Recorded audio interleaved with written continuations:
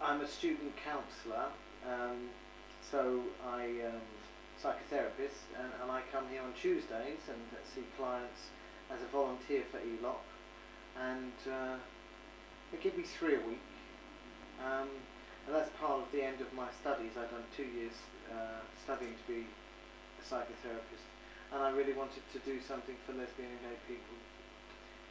Yeah, that's eventually I'll love to be a counsellor for just anybody that wants it, but initially half my problems were because of being gay, and not because I was gay, but because how the world treated me.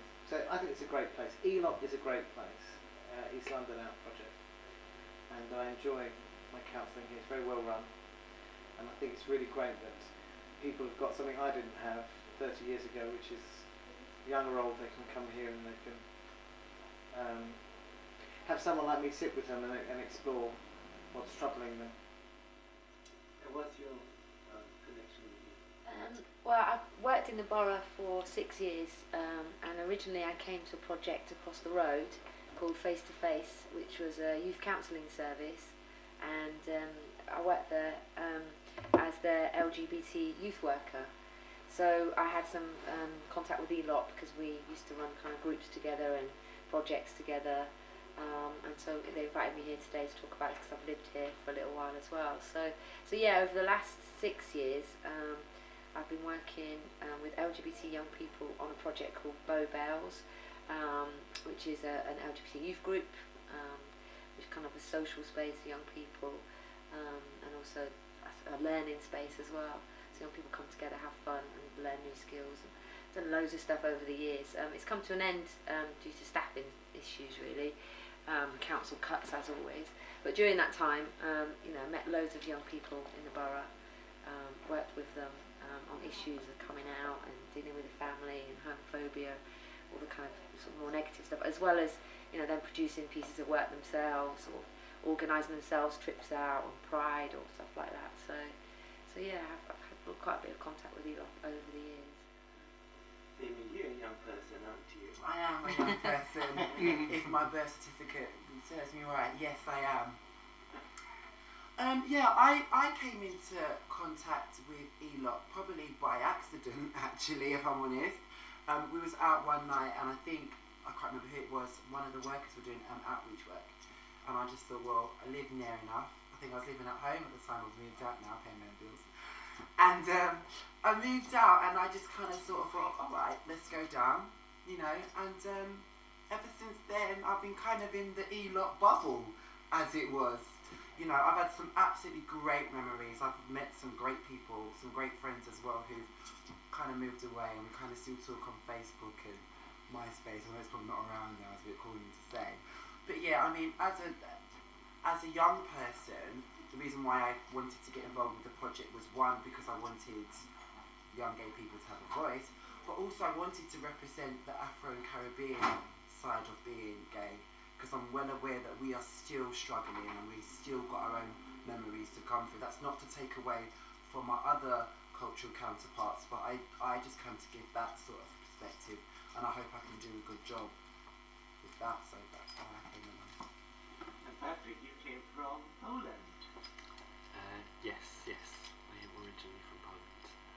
I've been here for almost 6 years now, and 4 years here at ELOP. Actually, I've been working for ELOP for almost 4 years. In May it's going to be 4 years. Yeah. And also you studied psychology. I studied psychology, yes, but that's like ancient history almost. And how did you get involved? I'd heard of ELOP once again via an outreach, and I also saw a note in the paper requesting for volunteers.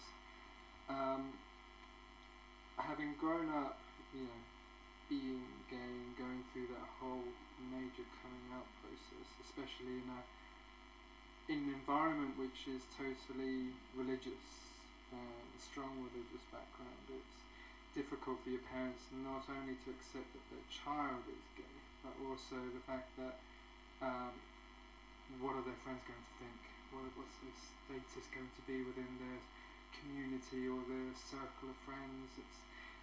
You had to bear all that in mind, and I think that I've been through quite a bit growing up, but I thought that I could at least empathise and kind of get the message what ELOP is about, helping people, especially in East London. I've come to have a certain affinity with East London, having lived here for close to 10 years now. So for me, it does feel like a second home. It feels more of a home than what my previous home did. And Bob, you're connected to ELOP via Brian. I'm connected via Brian. I immigrated here from California about 4 or 5 years ago, and I'm still learning about London, but and about the different facets of the gay community here. But I just was fascinated that this existed out here in East London. I'm so used to sort of Soho and Vauxhall and the central London mainstream, in a sense, gay community, and it's nice to know that there are centers such as this, because I wasn't really aware of a gay community center as such in central London, and I was surprised at that, having lived in other cities that have big gay community centers that I'm very much aware of, you know. So it's very nice to come out here and see things like this. Yeah. How does that feel, having a community centre, a gay community centre in East London? I mean, you must all have responses to that in some way or other. Like, for example, there's obviously the West End is so, and that's a very obvious thing. What's the difference between ELOP and, say, so? I mean, sorry. I think in terms of East London, I think there's a lot more, there's less LGBT venues as such, sort of to go out in and stuff, the kind of usual pubs and clubs. So I think it's a lot more homegrown. So you kind of, and as is ELOP, feels very, not homegrown, but very, it's a community-led project, and it's feels really local. So it's not necessarily, you know, it's not there to make money, or it's, you know, so it feels like it's supporting a need here. But in terms of the sort of LGBT in East London, it's much more friends may get together, or there's much more kind of, I wouldn't say underground stuff going on, but not such commercial stuff going on, not such advertised stuff going on. There's other different communities which people link up more in terms of friendships. Certainly in the lesbian community, there's quite a big lesbian community in Walthamstow. No one can afford to buy in Hackney anymore, or Stoke Newington, so it's kind of it moves out, doesn't it? And so it's a much more kind of, so this is a base where people get information and support, and it's, you know, it's well known and it's respected. And then in terms of socialising, there's stuff going on here as well, but there's a lot more sort of house, not parties, but gatherings, and with that, you know, whereas if you go to Vauxhall or to Soho, there's much more, you know, there's venues to go out in and stuff like that. Obviously it's a lot more kind of clubby pubbly, which not everyone wants to do, but I think it's a little bit more sort of homegrown here, and ELOP can be seen as the centre of that. I think that's very true, because we used to go to AA as well, and like gay AA, we used to have a meeting at the Kairos Centre, which is in Soho. Right. And the only thing with it was on Saturday nights, and you were so aware that the party was right outside the door. Yeah, wow. And when you left, it kind of dispersed into the gay scene. The gay scene swallowed everything back up again. Whereas here, it isn't. It's much more, it's like local. I mean, I'm not sure that's the right word, but anything happening in Soho, right in the middle of town, you kind of, the door opens, you go, ah! And then the minute it's over, bang, straight back into, and I think that took away from the peacefulness of it, the healing part of it, the intimacy of it. I think this is more intimate here. I mean, I think in terms of younger people, I mean, you can support me on this. I'm not very young in myself anymore, but I do know a bit about it. I'm aged. But I think it's moved the sort of Soho side of things. Obviously, it's Vauxhall, but around Shoreditch and Old Street, there's quite a lot of LGBT or quite a lot of places that are things that are happening which aren't specifically LGBT, but a lot of LGBT people are going there, and so that's quite. But that's all homegrown. Once again, it's sort of started off little, and it's very LGBT friendly, or so a lot of young LGBT people are going out there rather than going outside or enjoying themselves or having sort of more communities type things going on there. So it's kind of it's different. It's different. If you think of it as a village and a city, the West End seems to be the city of gay life, and the East End seems to be the village of gay life. So you're within the quieter, more community side of things. I mean, not to say that the West End doesn't have a community, it does, but of a more different variety. Whereas in the East End, you can live, you can have your local coffee shop, you can have your local pub, and then you go into the West End, the big city, to just hang out, go to a club, drink with friends, and that's where you can tend to congregate. I have more of an anonymous kind Absolutely, of thing. yeah. It's really nice to be discovering that in London, though, because when I lived in New York, I lived in Queens, which is a borough, and Manhattan was the city, and I lived outside, but we had a nice little gay community. I had a local AA meeting, and there was a few clubs there, and I was aware of a community, a little local community, whereas I haven't been aware of that in London, and it's nice to come here and discover that. I'm starting to discover smaller, more local facets to the gay community of London. Brian, you've done a lot performing with Phil Starr, and some of the older LGBTs are telling me how there are less venues now than there used to be, and For drag and all that sort of thing. It's gone. It's a bit like the British film industry. It's gone. It doesn't exist.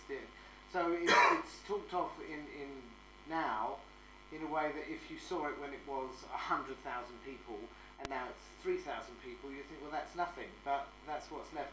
And I always say this because I was one of the last that came along to work on the scene as it existed in the 90s. It died at the end of the 90s, and it was people were doing more ecstasy and that sort of drugs rather than alcohol, and so the effect on us was very different. Instead of wanting to just sort of sing along and watch an hour or an hour and a half show, there were great acts in those days like Phil Starr, Lee Paris, they're all gone now, but yeah, I was of their generation. I only warmed up at half an hour, and we'd sing a load of old songs and tell loads of jokes and do crazy things, and it started that at the start of the 90s to the end of the 90s. By the end of the 90s they were saying, could you do half an hour?